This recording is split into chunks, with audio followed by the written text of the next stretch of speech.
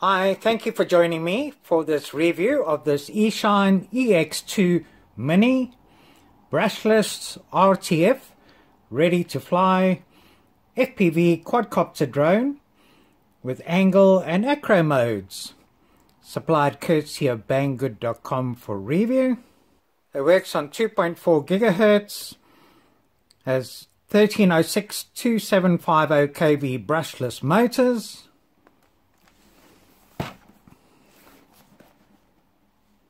Comes in this nice, strong, compact box. And if we open it,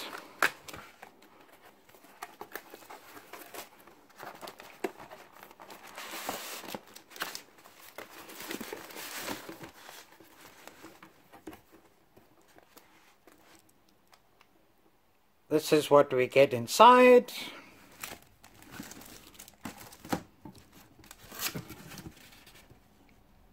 So let me just take this out of the packaging.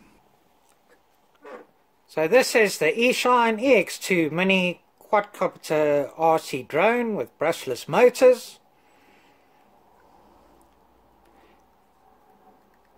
And this has the same specs as a Bugs 3 Mini, but is better priced.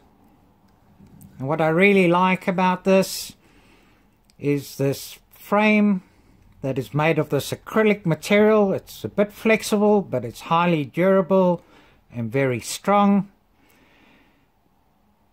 And the bigger version of this flies very well in the wind, so I hope that this also flies very well in windy conditions too, as a smaller form factor.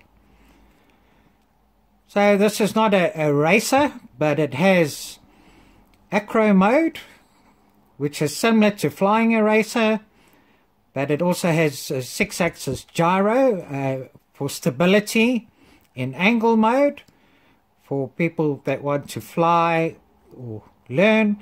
And then you can go into acro mode, which takes off the stability, and you can actually fly it like a racer. So really this is good for someone who's interested in getting into racing quads, because this will give you a taste and a feel for it without purchasing a racing quad firsthand. Now this comes in various options, and I'll put these options up now.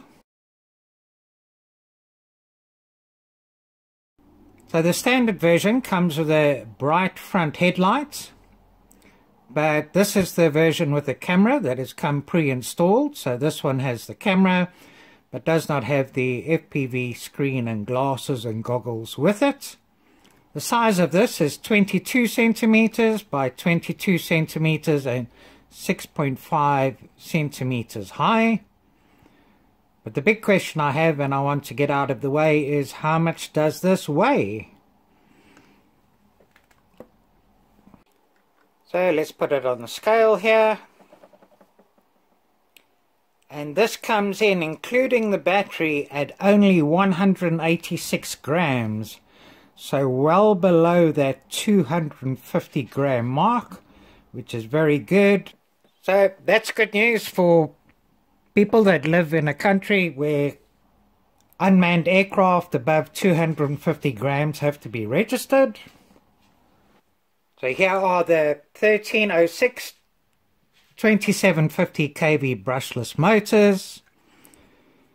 These are 3025 bullnose propellers. Very strong, not very flexible, but are quite durable. It also has 4-in-1 ESCs, electronic speed controllers, to help regulate the motors, particularly for acro flight. And this is the battery. There's a little protective cover here that needs to be removed. And this is a 7.4 volts, 850 mAh, 45C LiPo battery, a modular proprietary battery, which should be good for a flying time of around 8 to 10 minutes. And slots and clicks on there, and when you press it in and lock it in, it turns the quad on. Underneath we've got bright LED lights, which is good for line of sight flying and also for night flying. Once it's bound, we'll see what the colors are of the rear lights. Nice strong little foot stands. Let me just disconnect the battery. Press down and remove the battery like that.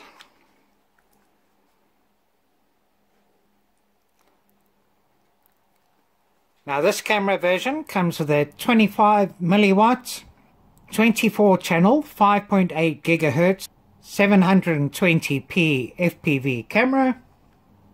Let me just remove this cover on it here. They're not adjustable, so I'll have to see what the angle is like when it's in flight. And this should have an FPV range of about 200 meters and a range of about up to 300 meters connection to the radio controller. Comes with prop guards if you want to fly with prop guards, and these just slot in at the bottom and fix and hold onto there. Very strong. And just pull off again. This is to charge the battery. Plug this into a USB source. Plug this in over here.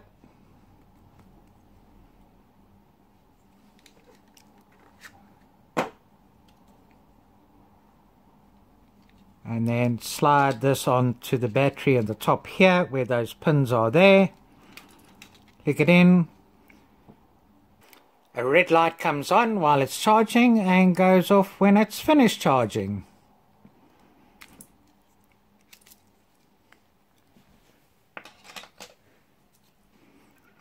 We also get 4 spare propellers. Always good to have spare propellers. A star Phillips screwdriver. And a tool to hold the motor while removing or putting propellers on. So these are self-fastening propellers too.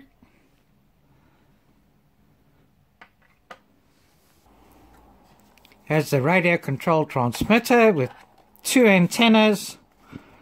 It actually got a very nice feel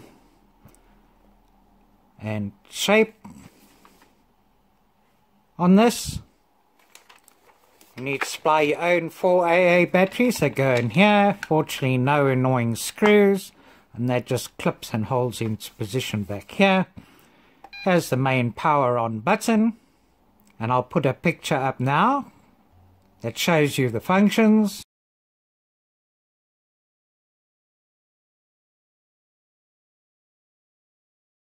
So those are the functions, but always good to see diagrams on a radio control transmitter which tells you, so we know this is lights, this is to unlock and lock the motors, low and high speed, take a photo, take a video.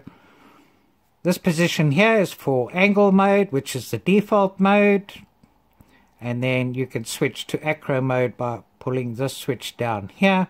Main power button, trim buttons, and then on the back here, this L1 button, you press and do 360-degree flips and rolls in angle mode. Don't try it in acro mode, because then you just have to use the joysticks manually to flip and roll. Turn this off. Also comes with a good quality, very simple quick start guide.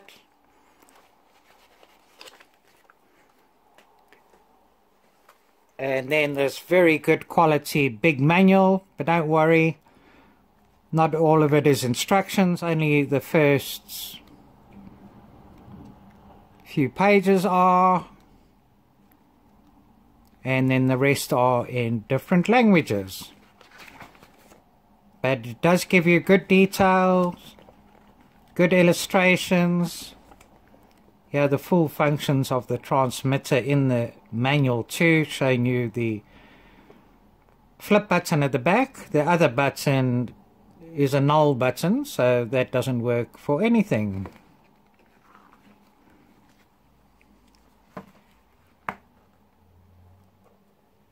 Let's turn the quadcopter on.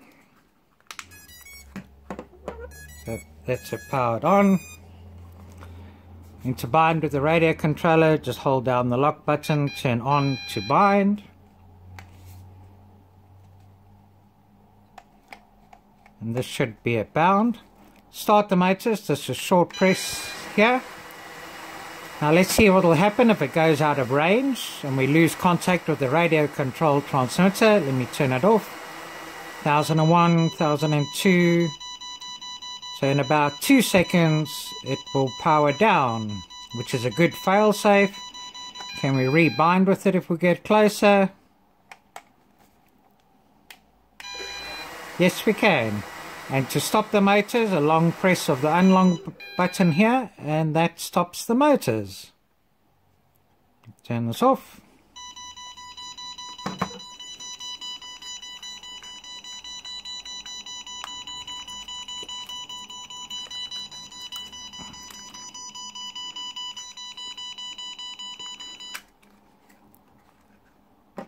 And that too. And let's just check the 5.8 gigahertz FPV. So I'm going to search.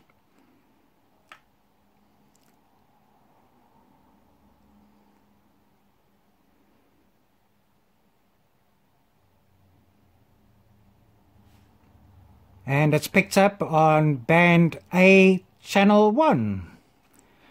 And this is 720p 5.8 gigahertz FPV.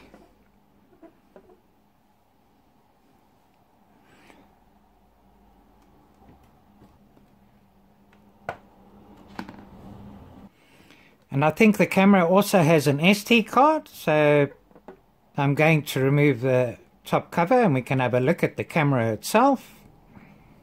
So to access the camera, just need to remove 4 small screws from the top here, which are these 4 small screws there. The top comes off. And then to remove the camera, just remove a screw from here and over here. And then the camera lifts out like this. So the camera is actually adjustable, so if there is a problem with the flying angle, this could be modified in the front to adjust the angle, but obviously difficult to reach without taking the cover off. And unfortunately I cannot see any slot for an SD card. But anyway, it would have been difficult to take it in and out, having to disassemble it all the time to do that. This is how the camera fits. Let me just put the cover back on.